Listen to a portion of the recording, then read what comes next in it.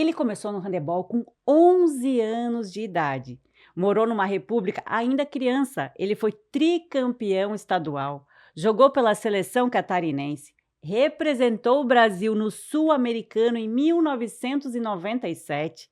E quando você acha que acabou, ele muda de modalidade. Vai para o judô e ainda coleciona títulos, incluindo uma tríplice coroa: sul-americano, europeu e mundial. Hoje ele não está mais no esporte não, gente, mas ele encara a vida profissional da mesma forma que um atleta. De quem eu estou falando?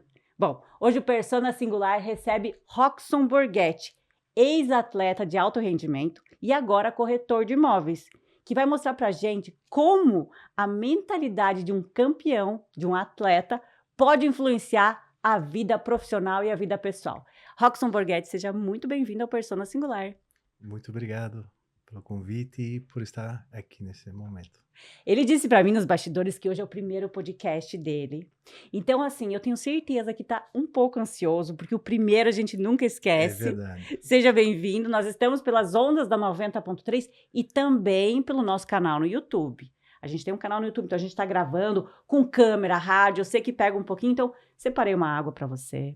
Toma tua água, fica tranquilo, porque eu vou agradecer aos meus patrocinadores que fazem com que esse programa aconteça. Quero começar falando da loja Jumani. Estou vestida com um conjunto, gente, um conjunto maravilhoso da coleção Amora Café, que é a coleção Inverno 2025, que me chamou muito a atenção. É um conjunto muito chique. Aliás, para receber um campeão mundial, a gente tem que estar chique, né, gente? Jumani com a coleção Amora Café 2025, fabricação própria, dos tamanhos P ao EG. Ou seja, você sabe, né, minha amiga? Vai servir você e mais alguém que você conhece. Jumani fazendo a moda acontecer em maravilha. Se você quiser conhecer e comprar produtos da Jumani, na Avenida Sul Brasil, em frente à Praça Central da Igreja Matriz. Muito fácil, fica na esquina, maravilhosa, um showroom lindíssimo de peças. Ok? Estão me vendo? Corre lá pro YouTube, gente, @Difusora Maravilha, já aproveita, já segue a gente, já acompanha, que o papo hoje é bem profundo. Inclusive, a gente vai falar de umas outras coisas que eu pedi nos bastidores. Não sei se ele vai falar, gente, não sei, tá bom? Drogarias Bem Popular também é nosso patrocinador aqui hoje, com 4 endereços para melhor lhe atender. Dor não tem hora e nem lugar para acontecer. Drogarias Bem Popular, no centro de Maravilha, na entrada de Maravilha, em frente ao hospital, onde você procurar tem uma Drogarias Bem Popular. Não fecha ao meio-dia e o atendimento vai até às 22 horas, todo dia. Anota o nome, Drogarias Bem Popular. Agora, você gosta de dormir bem? Ah, com certeza. Dormir bem faz total diferença na vida de um atleta, né? Com certeza. 8 horas por dia. E dormir numa cama confortável, gostosa, com aquele lençol, ou tomar aquele banho que a toalha te abraça, você já sabe. Ela Passione, tudo em cama e banho, para melhor lhe atender no conforto. Sabe aquela sensação de banho gostoso, banho de hotel? Ela Passione, gente, na Avenida Araucária, no centro de Maravilha. Eles trabalham com as linhas Altenburg, Karsten, Naturelli e todas as outras que trazem sofisticação e o aconchego para o seu lar. Anota o nome. Ela Passione. Quem avisa amigo é. Por falar em amigo, quem avisa amigo é, eu sei que eu preciso introduzir meu amigo aqui, mas eu preciso agradecer ao Cicobi Credial, nosso patrocinador, que está desde o começo do Persona comigo, você acredita? Que bacana. Há quase 5 anos, o Cicobi é nosso parceiro, assim como é o parceiro de quem investe no Cicobi Credial. Avenida Anita Garibaldi, no centro de Maravilha, ou conheça eles também através do Instagram, @Cicobi Credial, com muitas e muitas promoções para o cooperado. Chega de papo? Vamos conversar? Vamos lá. Tá mais tranquilo? Com certeza. Roxson, eu separei algumas perguntas aqui, porque eu acho muito interessante. O esporte sempre fez parte da minha vida desde criança. Você maravilhense, tem uma história ligada ao esporte. Você começou também aos 11 anos, né? quase que como Sim. profissional, 11 anos. Gente, porque ele é grande, ele é um homem grande, chama atenção. Acho que você já era grande quando você era jovem, menino? Com os 13 anos eu já tinha 1,85 já. Já tinha a altura que eu Uau! tenho hoje já. 1,85 com 13 anos. 13 anos. Começar no esporte aos 11 anos é bastante cedo, mas morar numa república aos 13 é uma decisão que exige muita coragem, né? Sim. Como é que tudo começou? Foi assim, eu comecei a treinar aqui na época com o Leandro Giacomelli, o popular padeiro, e daí 2 anos de treino eu já consegui almejar a equipe de Concórdia, né? Que eu treinava muito, eu levantava às 5 horas da manhã para ir treinar no ginásio arremesso, treinava 100, 150 arremessos, treinava, né? De madrugada. E pra minha mãe não saber, eu ia dormir na minha nona. Daí eu dormia na minha nona para levantar cedo, porque eu sabia que a minha nona acordava cedo. Eu treinava, do treino ia Pra direto ninguém saber. ia direto para a escola, porque naquela época, imagina treinar 5 horas da manhã para uma criança. Mas o que passava na tua cabeça? Por que você ia lá 5 horas da Eu manhã? gostava, porque eu gostava muito do handebol. E, tipo assim, eles me buscaram na escola, né? Que na época o Leandro, ele dava aulas no antigo Dilnub em Baldiceira, né? E daí na escola eu já me destacava pelos meus arremessos que eram muito fortes no caçador, que a gente jogava caçador, né? Que a gente, imagina, quarto, quinto Imagina, ano. 11 anos, 1,80 de altura? Tinha muita força. E acabava até machucando. Ele falava, não arremesso tão forte. E daí, tendo essa visão, eu já comecei, nós era crianças, com 11 anos, nós já treinávamos com a equipe de joguinhos, que a gente passava no meio das pernas deles para fazer o arremesso de pequeno que a gente era, né? Aham. E daí, dali comecei a tomar gosto pelo handebol. Foi primeiros joguinhos que eu participei pela equipe de Maravilha, eu já fui contratado por Concórdia para participar Teve um olheiro lá que te E viu. não, o próprio técnico me viu jogando e pelo tamanho, pela força, ele me disse, não, mas esse ano tu joga aqui, ano que vem tu vai para Concórdia. E lá, quem que era em Concórdia era Alexandre Schneider, o Tani, né, que eles chamam ele de Tani. Ele foi eleito 10 anos consecutivos o melhor jogador do Brasil. Ele tem um gabarito, assim, ele é uma pessoa excepcional, sabe? E lá que a tua vida se transformou. E lá que eu comecei a treinar. Daí treinava 6 horas por dia. Começava de segunda a sexta, começava com musculação, corrida na pista e treino tático. Uhum. E daí as finais que a gente jogava não tinha graça praticamente, que a gente botava de 5 a 10 gols nas finais, porque ele formava uma equipe muito forte, né? E assim foram todos os anos que eu joguei lá, né? Daí no final do ano, já chamavam para a seleção catarinense, a gente já jogava os Jogos da Juventude. Eu fui campeão em 96 em Curitiba, fui campeão com a equipe de handebol de Santa Catarina. Mas tu vivia o esporte, Não, estudar e esporte. porque era um destaque, eu acabava me destacando, que eu tinha uma impulsão muito forte, eu subia bastante do chão e tinha um arremesso muito forte, né? Que nos escolares eu cansei de estourar a rede nos escolares, que tinha aquelas redezinhas fininhas, né? Nós estourava todas as redes, os caras ficavam abismados de ver aquilo, né?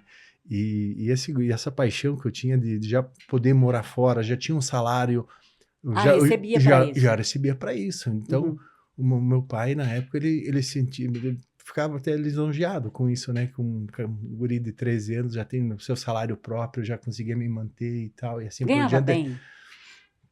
Na época, era um salário bom na época, né? Mas hoje já, se vai botar no papel, não é um salário tão bom assim, né? Mas só que na época, eu quando estava nos escolares, era um salário mínimo, ganhava. Você contou que quando você iniciou no esporte, você acordava às 5 da manhã para treinar o que ninguém estava fazendo. O que Você ninguém se destacava, fazia. Sim. não só pelo teu tamanho, Tanto foi, mas também por fazer algo diferente.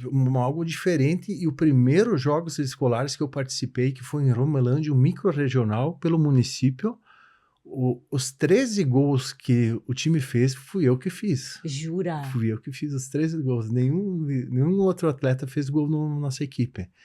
E daí tinha 2 jogos, né, para classificar. Daí o segundo jogo, daí eu falei, galera, não é só comigo, vocês também têm que jogar. Você sabe que o Oscar do basquete, que ficou campeão brasileiro muitas vezes, ele falava também que para ser um campeão, você precisa fazer o que ninguém está fazendo. E ele, inúmeras vezes, quando todos os atletas já haviam ido embora, ele ficava em quadra treinando arremesso. Claro, era o basquete, um esporte diferente, enfim. Mas o que me chama a atenção é que, para se destacar em algo, você precisa fazer algo que ninguém está fazendo. É verdade. Fazer o que ninguém está E fazendo. tem que ser orientado pelos melhores, né? Para tu chegar nas cabeças aí, tu tem que nem eu saí daqui com o bruto de maravilha e, tipo, eu peguei a técnica mesmo do handebol, peguei em Concórdia, que é muito recurso, né? Tu aprende os recursos do handebol. E ali que eu tomei o gosto pela coisa, pra O jogar esporte mais. evoluiu muito. A gente está falando de 1997, são Sim. quase 30 anos. A gente sabe que houve uma evolução. Hoje as tecnologias também estão muito nisso. Mas, na essência, o que para você ficou de ensinamento do esporte? O que ficou para tu ser uma pessoa mais disciplinada possível, né? Então, eu acredito que o esporte te passa muita disciplina, né?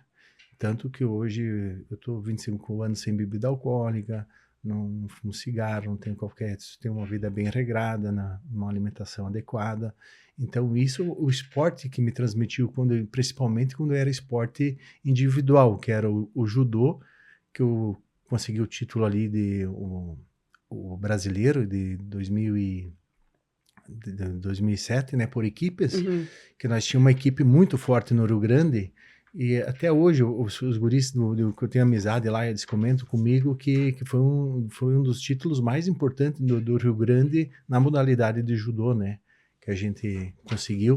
E depois, assim, ó, o esporte individual, ele exige muito de você, porque você não pode, tipo, tomar uma bebedeira final de semana e no domingo tu vai lutar. Daí, O esporte individual é aquela coisa, eu não posso culpar ninguém caso dê errado, sou só eu e Deus. Isso, é só você e você. Uhum. E daí você tenta se manter o mais equilibrado possível para conseguir a vitória. Você sabe que eu acho que o esporte em geral, ele é uma forma de educação, principalmente para as crianças. Quem tem filhos pequenos, se eu pudesse dar uma dica, gente, eu diria, inclua na vida do teu filho esporte. Eu pratiquei handebol, vôlei, futsal, enfim, quando criança, e me trouxe uma bagagem muito legal até os 14 anos, quando eu pratiquei e joguei, que me transformou. Esse instinto de socialização, ele é muito forte, aflorado quando você pratica um esporte. E aí você está falando da questão individual também, mas aí eu incluo o coletivo,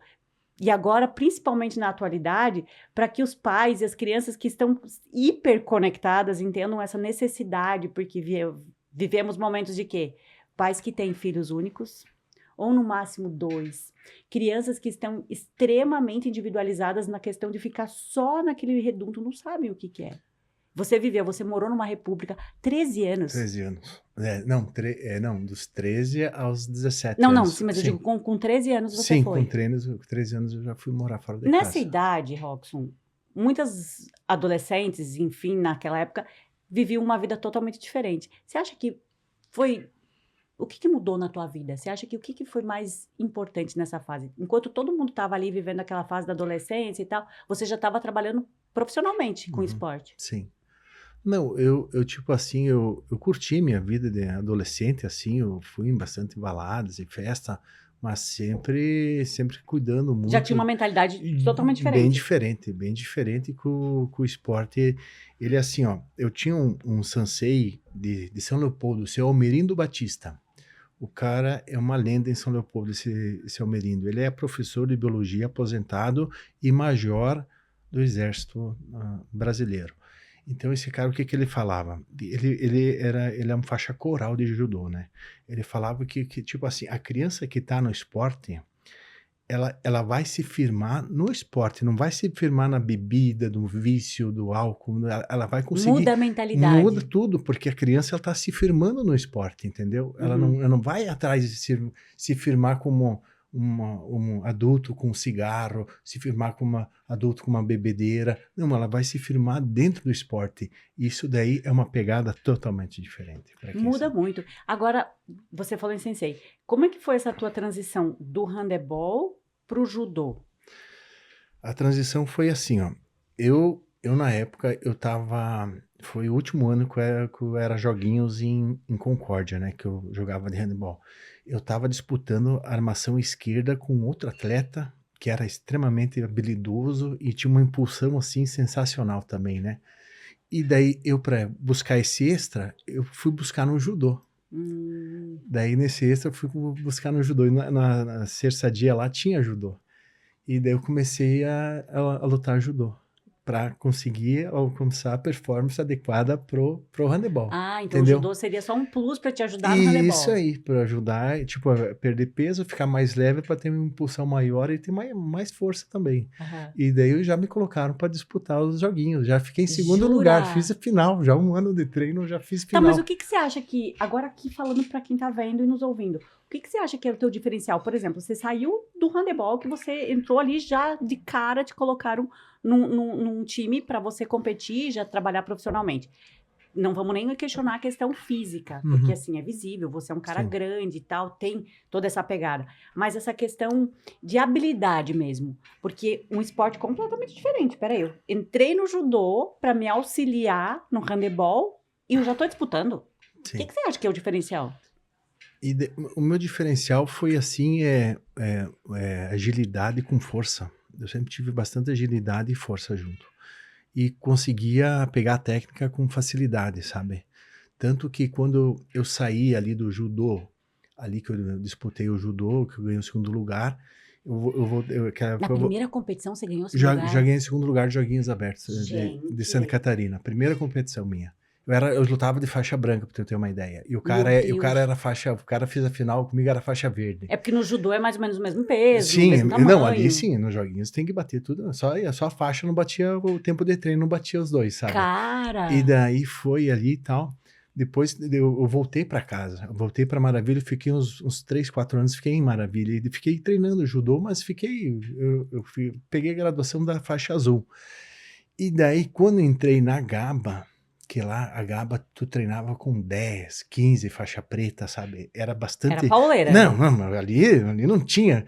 Eu entrei faixa azul e joguei um faixa preta de Sotogari. Eu joguei o cara de Sotogari e aquele preta caiu, os outros olharam assim, meio que não acreditando, e aquele boato rodou a região ali, sabe? O bafafá, né? Imagina, faixa azul jogando faixa preta. Não tinha fundamento, sabe? E daí, naquela semana, sabe quem me apareceu lá na semana seguinte?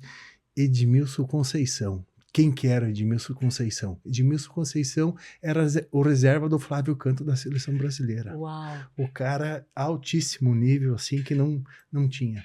Apareceu para competir contigo. Não, apareceu para treinar, que ele tava treinando, que ele queria pegar vaga de titular da seleção, né? Que ele tava de reserva e queria... Eu disse, não, vamos treinar comigo ali para tu pegar...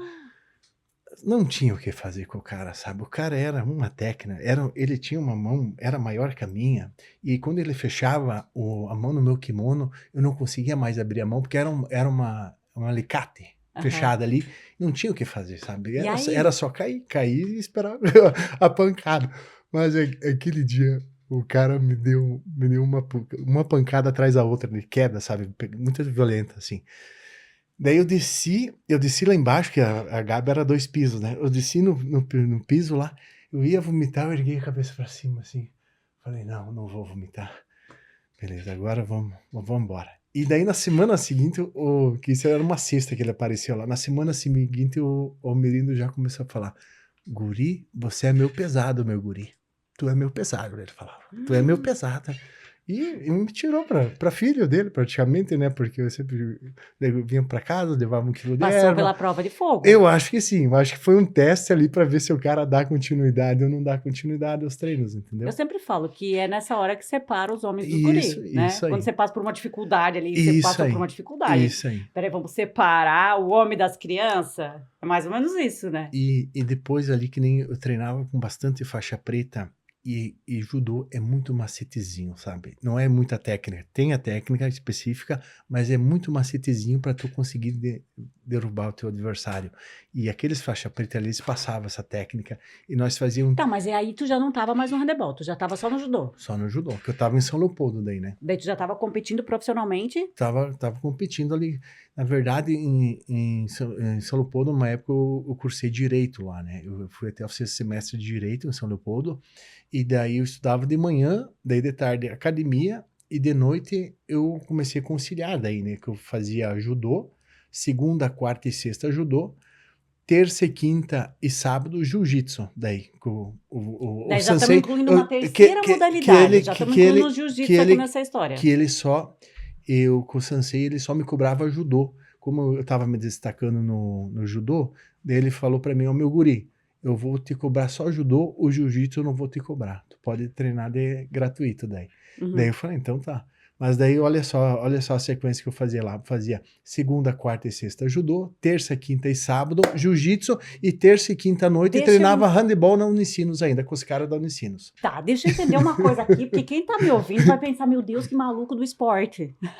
Mas eu digo pelo seguinte, Roxo, pra gente contextualizar, que as pessoas entendam a tua mentalidade, entende? Como atleta, porque se dedicar dessa forma como você se dedicava, né? E Sim. Aí a gente está falando aqui por uma questão de incentivar as pessoas e motivar, porque a mentalidade de um atleta e de uma pessoa, ela perdura pro resto da vida e tem respingos e reflexos na vida profissional, pessoal, de toda a ordem, né? Inclusive espiritual, porque aí a gente pode ir para um segundo momento, e aí a gente vai entrar nesse assunto daqui a pouquinho, aguenta a mão, para as pessoas entenderem. Peraí, segunda, terça, quarta, sábado, até o sábado eu treinava.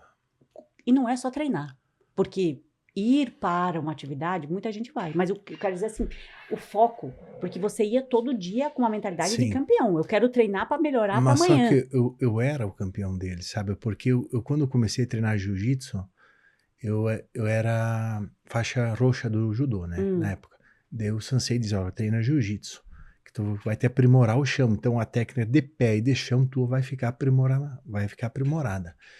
E daí, primeiro campeonato que teve já com o Michel Maia, ele falou, vamos ir na competição, tu vai de faixa branca, ele falou.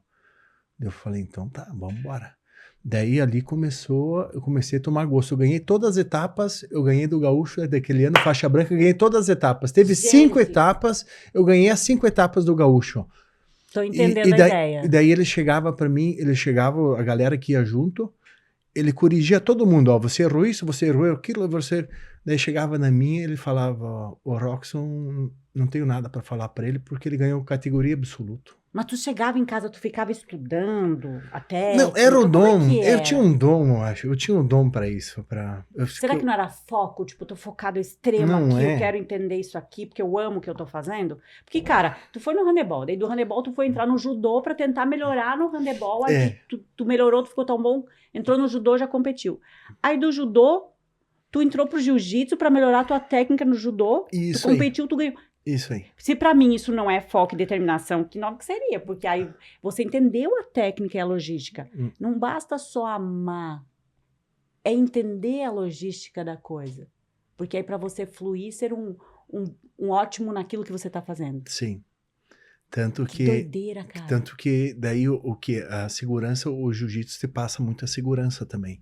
Então, quando a gente foi lutar o brasileiro de 2007, né, que a gente ficou campeão lá, que eu falei dia 27/5 de 2007, a gente ganhou o brasileiro, o meu treinador chegava para mim, porque a gente lutava com cara de seleção brasileira, a gente lutava com os melhores do Brasil, não era... E tu não tinha aquele medo prévio? Pô, e daí, o que o meu sensei chegava, era sensei Eduardo e sensei Ferreira, tinha dois, Eduardo Ferreira é o mesmo, Ragmar, era Eduardo e Ragmar, eram 2 senseis que a gente tinha naquela que estava orientando a gente. O sensei Ferreira chegava para mim e dizia, eu ia lutar com o pesado de São Paulo, seleção brasileira, treinava da Rogério Sampaio, um baita num fera, paulada, né? Paulada pra caralho. E um gurizote? Chegava pra mim e dizia, tu entrega a luta pra ele, se tu só garantir que tu não vai tomar um empom, daí tu luta com ele. Se tu não se garantir, entrega a luta pra ele. Se vê que vai morrer, já botava pressão no cara, entendeu? Já botava uma pressão ali, diz, ou tu consegue, ou tu entrega a luta. Dizia, não, vou conseguir sim, eu tô aqui pra fazer frente a esse cara. E realmente conseguia, e ali começou o nosso título a brotar ali dessa luta. Mas daí nessa hora, o que é que passava na tua cabeça? Entendeu? Que sentimento passava na tua cabeça? Pô, tô lá com os caras grandão, forte, da seleção, o que tu sentia naquele exato momento? É que tamanho não me assustava mais. Não, porque tamanho Porque também não assusta mesmo, mas né? só Porque que tu é grande. é cara de 140, 150 quilos, né? Pô, se eu me pega eu lutar contigo aqui, tanque, cara, eu já não vou nem entrar pro ringue, Ivana, porque eu vou apanhar, mas... é só tanque de guerra. Tu luta só com tanque de guerra. Os caras são muito Tá, mas daí grandes. tu chegava lá, tu viu o cara, já não dava medo, mas o que tu pensava nisso Não, aqui, eu amigo? pensava que a minha técnica era melhor que a dele. E assim foi. Ah, tipo, tu pensava, eu vou conquistar. Claro, minha técnica Olha era como melhor. a mentalidade Eu tinha um gente. Sioi muito forte, sabe? Eu entrava de Sioi, eu entrava, eu fazia a pegada na gola, né? Então eu entrava no Morote, como o Morotegari, ele defendia, daí ele defendia o Morotegari, eu entrava no Sioi. Tu tá falando praticamente pra mim um japonês aqui. Quem tá me ouvindo tá pensando, não, gente, esse cara tá falando japonês, mas era nós... tipo um ataque combinado. Eu geralmente entrava em ataques combinados, né? Pra conseguir derrubar o Combinado cara. na tua cabeça. Não, combinado pra em cima do adversário. Ataque combinado. A gente ataca pra conseguir... Gente, isso para mim são técnicas, assim, totalmente, praticamente um japonês nessa história toda aqui. Agora, o que a gente tá conversando e que fique bem claro, é esse ponto que eu digo, como a mentalidade pode influenciar, como o teu foco pode influenciar no teu resultado, como a obstinação pode influenciar no resultado. Porque hoje, Roxon, todo mundo quer ganhar. Eu quero ser o máximo, eu quero chegar nesse ponto. É o desejo de todo mundo, né? Ninguém começa algo, qualquer coisa que seja, para dizer, não, eu quero perder ali na primeira oportunidade. Mas o que me chama a atenção na tua história aqui, na tua trajetória, é justamente essa tua obstinação, entendeu? É olhar para o ponto e dizer, eu vou chegar lá. E isso merece parabéns, não só pelos títulos que você recebeu, mas por esse foco que você teve em toda a tua trajetória. Nesses 3 esportes que você disputou, de você ser o campeão em todos eles, e não falamos só por ganharmos medalha, mas por termos todo esse resultado que perdura para a vida toda. É verdade. Né? Parabéns por isso. E olha, já fizeram sinal para mim que deu quase nosso tempo, e nós temos um quadro aqui chamado Pingo nos Is, tá? Que eu faço uma pergunta e você responde com o que vier na sua cabeça. Tá. Agora, antes de mais nada, você topa que a gente continue um pouquinho mais no YouTube? Bora, vamos lá. Gente, vocês que estão acompanhando a gente pela 90.3 Rádio Difusora, não desliga o seu rádio, conecta no YouTube, @Difusora Maravilha, que a gente vai continuar falando. A nossa programação no rádio segue, e olha, segue na melhor qualidade. E o assunto também. Então você escolhe, fica aqui ou vai para lá, ou depois esse bate-papo vai ficar salvo também. Então acompanha, compartilha com alguém, envia para alguém. E melhor, escreve um comentário, entendeu? A gente vai adorar. Não é inscrito no nosso canal? Já se inscreve também, porque aí assim a gente chega para mais pessoas, entendeu? Esse conteúdo, esse bate-papo, com o meu convidado incrível, com muitos outros que já vieram e já estiveram aqui. Vamos lá. Preparado? Vamos. Qual foi a derrota que mais te ensinou na vida? É minha vida pessoal. Não? Tá ótimo. Eu tô só rindo, só isso. Um erro que você não comete mais. Um erro que não me cometo mais. Meu Deus do céu.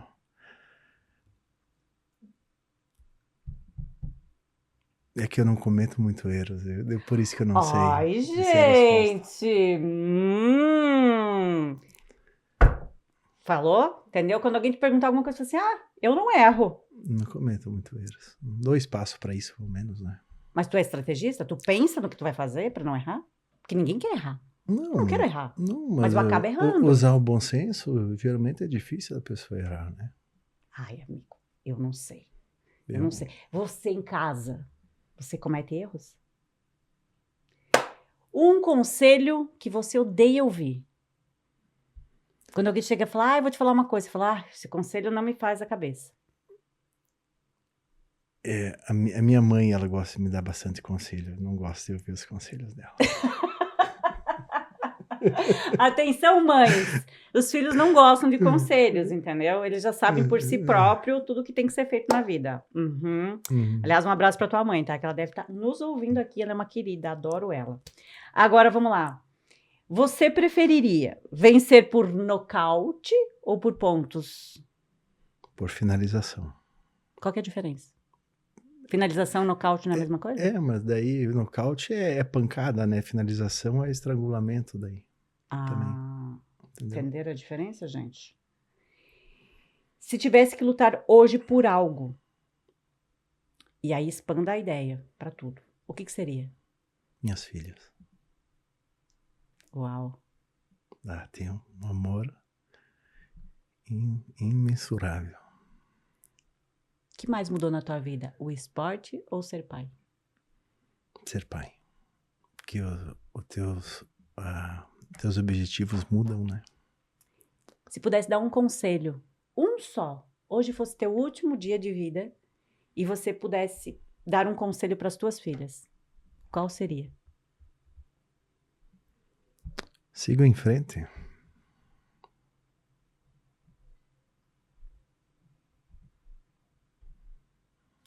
É bem profundo isso. Você acha que elas estão preparadas? A mais velha tá começando. A mais novinha não. A mais nova tem 5 anos, é uma criancinha. Qual é o maior exemplo que você deixa para suas filhas? De ser um pai honesto e determinado. Hoje você não trabalha mais com esporte, você está trabalhando como corretor de imóveis. O que você acha que o esporte te ensinou na tua vida profissional? O esporte, assim, hoje, antes eu trabalhava com educação física, academia, né? Trabalhei 8 anos com academia. E daí o esporte me ajudou bastante, porque é ligado a uma área de musculação, então uma liga a outra área, sabe? É bem fácil ligar as duas, né? É fazer cursinhos e se atualizando e buscando conhecimentos, né? Assim tu vai conseguindo evoluir, né? E como corretor, assim, eu tô como corretor e perito avaliador hoje trabalhando, né? Então é uma área que tá me desafiando, sabe? E daí eu tô procurando cursos, tô procurando conhecimentos, eu tô procurando ter uma carta de clientes também, né? Que é É um outro fundamental. esporte, trabalhar é um Isso outro aí, esporte. tá me desafiando e eu tô gostando desse desafio aí. Roxon, nosso papo tá ótimo, porém já me fizeram um sinal que no rádio nosso tempo acabou, então a gente vai continuar no YouTube porque eu quero saber um assunto chamado legendários. Ai, não quero saber. Amigo, você vai ouvir em algum momento falar sobre isso e eu tenho uma curiosidade que eu tenho que fazer essa pergunta. Então corre pro nosso canal no YouTube que a gente vai continuar o nosso bate-papo, porque eu quero saber alguns outros detalhes da vida de Roxon Borghetti. Você comentou que você é pai de 2 meninas. Uhum. É divorciado hoje? Sou divorciado. Você casou novamente? Não. Recentemente você participou do Legendários, que Sim. é um evento para homens, é só para homens, né? Para Uhum. restaurar homens e famílias. Sim. Se você pudesse, e aí eu sei que voltar no tempo, você restauraria a sua relação pessoal baseado no que você sabe hoje? Eu sigo a seguinte informação, né? Que a gente não deve olhar para trás, né? O que deu certo deu, o que não deu fica no passado, né? Mas eu acredito que hoje eu me tornei uma pessoa melhor do que eu era antes de fazer os legendários, né? Que tipo assim, que tu tem um resgate muito forte, assim, de família, de pessoa, tua força espiritual, né? É colocada à prova. Então eu só tenho a agradecer, né? Tá rolando uma polêmica nas redes sociais e na internet a respeito dos legendários. Muita gente falando bem e muita gente falando mal. Dentro de tudo que você vivenciou e que você aprendeu lá, quais são os pontos que você pode dizer pra gente que você acredita que são positivos? Um dos pontos positivos é que a pessoa ela vai conseguir resgatar assim o chip do caráter da pessoa, entendeu? Então vai dar um reset no teu chip do teu caráter. Como assim?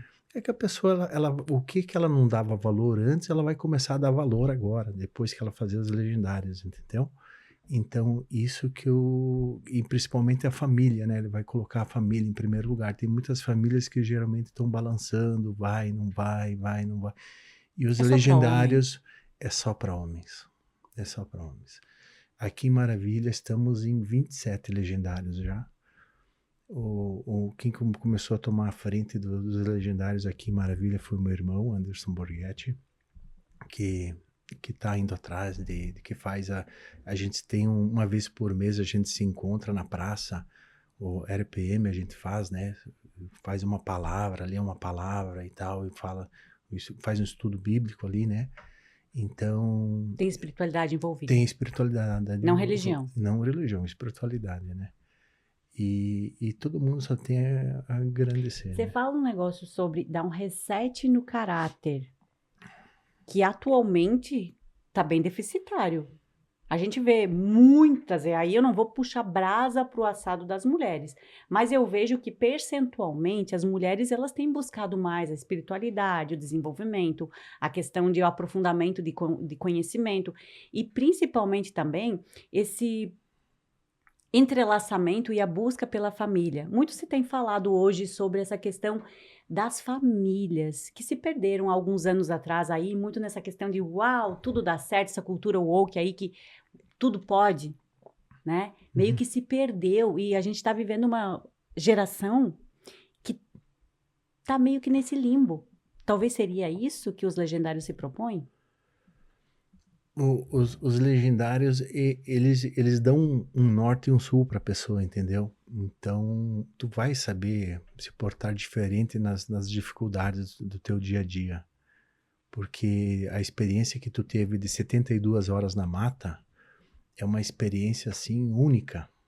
Que não tem como falar sobre isso, é proibido Eu não até falar sobre imagino isso. como seja. Agora, vem muito ao encontro da nossa vida pessoal. Vamos lá, avalia você. Nós nos transformamos e evoluímos quando vivemos uma situação muito boa ou quando a gente vive aquela situação de dificuldade, de limite, do tipo que você diz, não vou aguentar. Quando você fez referência antes, quando você teve naquela situação que você lutou com o cara lá que era campeão brasileiro, que você falou, meu Deus, eu vou passar mal aqui, eu não vou aguentar. Talvez ali foi um divisor de águas que te tornou campeão. Não seria basicamente isso. Tu tá sendo testado por um cara de alto nível, né? Mas a vida é assim também. A vida também é. Tu só vai ultrapassar a barreira quando tu chegar naquele ponto teu limite. E eu várias vezes na minha vida, por exemplo, eu vivi momentos que eu falei, cara, não dá pra mim. Acabou. Aí quando passa essa situação, você olha pra trás e diz, uau, eu não sou mais a mesma pessoa. Te deixou mais forte, né? Porque isso me deixou melhor. Não é nem mais forte. Porque eu não quero ser mais forte. Eu só quero ser melhor. Você sabe que quando você é muito forte, principalmente para as mulheres, tá? Para as mulheres, eu sou é forte. Parece que as pessoas te colocam mais carga. Ela é forte, ela aguenta. Mais carga. Mais carga. E chega um ponto que você olha e fala, eu não tô mais suportando. E durante muitos anos as mulheres ficaram nessa, não, eu aguento, bate no peito e vai e tal e tal. Só que depois que passa, você olha para trás e fala, poxa, é uma sobrecarga que me cansou as minhas articulações, sobrecarregou. Não tô falando fisicamente, né, gente? Eu tô falando aqui ludicamente, usando isso aqui como um exemplo. Te sobrecarregou tanto que você já não tem mais essa estrutura. Então, entender, reconhecer essas nossas vulnerabilidades é muito importante. E aí vem o papel do homem também, nos relacionamentos aqui falando, porque mulheres suportaram durante muito tempo essa sobrecarga, esse peso, e que os homens ficaram na caixa deles. Então, que seja para bem, que seja para restaurar homens e mulheres, e também a espiritualidade. Hoje eu vejo um grupo muito grande de pessoas também indo para a igreja. Igrejas renascendo, a forma de se comunicar, jovens indo, isso eu acho maravilhoso. Um incentivo, assim como o esporte. Né? Que nós falávamos lá, a questão do esporte, de você ter um ponto, um direcionamento, um foco, um objetivo, que é muito importante. Hoje nós estamos vivendo a necessidade de nos reinventarmos a toda hora. Seja pela internet, conhecimento, inteligência artificial, que tá aí, né? Ah, sim, teve a palestra ontem, né? De televisão. Você foi? Foi. E aí? Achei bem interessante, assim. É. Bastante coisa que dá pra... O conhecimento, a inteligência artificial nunca vai superar o conhecimento humano, eu acho, na minha opinião, porque o ser humano tem essa capacidade de mudar, e ali você tá com uma inteligência artificial, que ela é feita para aquilo, né? E o que nós podemos nos reinventar ao longo da vida vai fazer toda a diferença. É verdade. Gente, o papo tá maravilhoso. E aí? Gostou do primeiro podcast Sim, da vida? Sim, foi ótimo. Preparado para o próximo? Com certeza.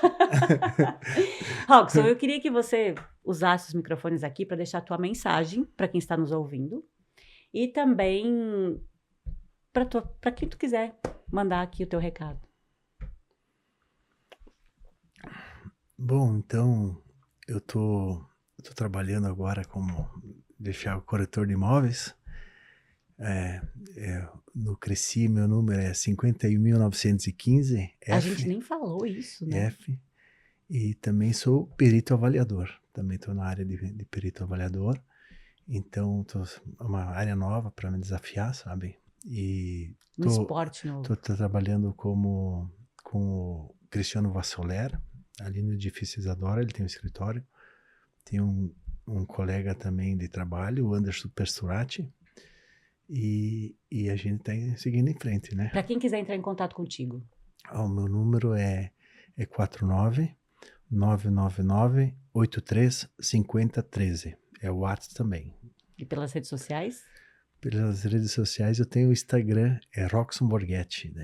Rockson com C. CH. Rockson Borghetti. Gente, a gente vai deixar escrito aqui. Entre em contato. Quiser deixar um recado também aqui no YouTube, tá liberado, tá? Foi um prazer receber você. As portas desta emissora e desse podcast estão abertas. Muito obrigada, tá? Foi incrível. Muito sucesso para você. Vida longa e que perdure pro resto. Você é muito querida, Ivana, e realmente gostei de participar desse podcast. Ai, gente, fechou. Valeu, obrigada a você que ficou conosco até agora. Um grande beijo, até o próximo sábado. Se assim Deus permitir, foi incrível e desejo que tenhamos um excelente final de semana. Tchau.